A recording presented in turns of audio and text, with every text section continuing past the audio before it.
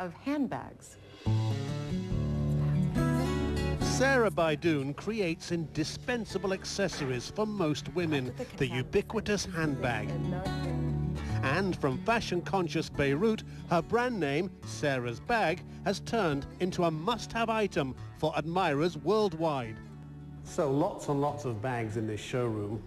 Take me through them. Which ones you like, what the inspiration was, which are your favorites? Okay, I can't tell you a favorite because it's like you have a favorite good, so I don't favor anybody special.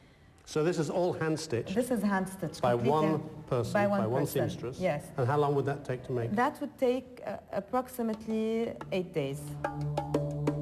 But it's not only the creativity and skilled handicraft that gets Sarah's bags noticed in a highly competitive market. It's also the team she has fashioned around herself, grabbing attention because more than half her female workers are Lebanese prisoners and ex-prisoners. The more bags they produce, the more money they can make, explains Sarah, higher than the minimum wage, helping them to reconnect with society. Slowly, the girls started to come out of the prison, and they would come to my shop. I would offer them to work with me. They would, each girl would take her designs and go to her village, and she will do the handwork and teach a small group around her how to do the work. It gave the prisoners, she says, a sense of purpose, encouraging them to rebuild broken lives. The seed for Sarah Baidoun's idea to produce her now iconic bag was planted here in the less than fashionable offices of Dar al-Amal, a non-government organization set up to help women inside Lebanon's notorious prisons. It means House of Hope, and it's where coordinator Huda Kara also inspires women offenders to make a fresh start, whatever their crimes. It can be murder or prostitution or drug dealings or robbery. It was Huda who helped Sarah go behind bars in the first place, a decade ago, when Dar al-Amal's vocational therapy was already helping women in prison produce saleable products, including handbags. And Sarah's Bags merchandise is now so popular that Huda hopes the prisoners will benefit even more from the flourishing business they helped start. We like very much Sarah. We wish her really to be also more and more successful in her work and to support more either the NGO or the imprisoned. One of their protégés, preferring to remain anonymous, says she was convicted for murder, a crime of passion. Sarah's Bag gave her a new focus. Learning to sew stopped me obsessing about my crime, she explains. It helped my situation. A young entrepreneur, Sarah devised her ambitious business plan while working on a university thesis, Women in Prison. And her merchandise now sells to a fashion and socially conscious clientele, achieving star status after the Queen of Jordan was photographed with a bag. It was an eye-opener, and people, like if Queen Rania would wear our bag, it's of a different standard. It all happened by chance because she just got it as a gift. Now behind these doors, every woman's dream, a closet filled wall to wall with Sarah's bags. Hundreds of them. On the floor here, paper bags, with bags inside them already destined for customers in Switzerland, Tunis, Saudi Arabia and Dubai. An expanding business with an unconventional workforce. I'm living my dream and they're living their own dream. And for the shattered reputations of women who work for her, the practical rewards, says Sarah, are a steady income and a second chance. Negativity in our region, one Jordanian Twitter came up with a brilliant positive idea. His idea was to create a trending topic on Twitter about the best 50 things we like about living in Jordan.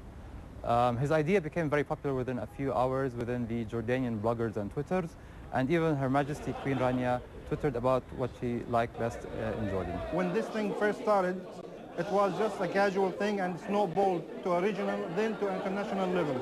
Therefore, we bloggers and Twitters decided to socially meet and discuss the best things we like in Jordan You can see behind me, we are meeting in a place in downtown Amman. What I love about Jordan is that it's true we are limited in natural resources like oil and water, but not in human resources. That's why we focus on education. One of the things that I really value here about Jordan is the thriving internet startup community. There's a great ecosystem that's coming together. My favorite thing about Jordan is the diversity. Everyone and anyone from all over the world can come here and feel like it's home because Jordan has the tendency to open its arms and its hearts for everyone. It's like basically a melting pot where people can come here from all walks of life. Finally, my #1 reason for choosing Jordan as the favorite place because it's the most comfortable and moderate place in the Middle East where anyone can call a home. This is Ali Dahmash reporting for CNN, Amman, Jordan. Welcome back to Inside the Middle East. We're in Dubai, and we're in a store that sells some of the finest dates in the world. Of course, dates are a major staple in the Arabian Gulf. In the UAE alone, there are dozens of varieties. So we've asked one of the managers at Batil, Ali here, to prepare a platter for us so that we can engage in a sort of a taste test.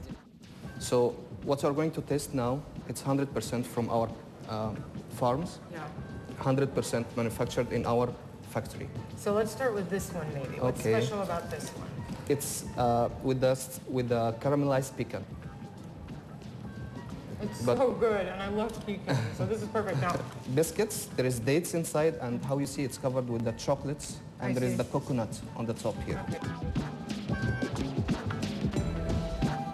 So far, that one's my favorite. It's a roasted almond. We call the dates khulas date. This is soft, sweet, and the taste is like the natural caramel.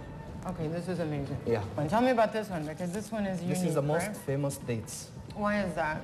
Because actually this kind of dates, it's growing only in one place all over the world. It's in one city in Saudi Arabia. Its name is Al-Madinah Al-Munawwara. And this is the most expensive. Exactly. Because it's the most rare. This is the most expensive dates. They don't grow anywhere else in the world, even though people have tried to grow them. This is a less sweetness dates. I think you will... It's much less sweet. Yeah. Okay, now, it's rare, so it's interesting. I gotta say, result of the taste test is this one. This is unbelievable. This is like eating caramel that's grown out of a tree. I like dates in general, but I can't say I've ever tasted anything so special. And these dates that come from all over, they come from Saudi Arabia, all of them, right? All right, that's great. Well, in this part of the world, obviously the main staple is dates, but in another part of the Middle East, it's olives. If you look at the region, whether it's Syria or Lebanon or other places, and also North Africa. That's going to be our next story, by the way. The olive, one of the main staples in the diet in some parts of the Middle East and the Arab world. For the next story, Ben Wiedemann traveled to Tunisia.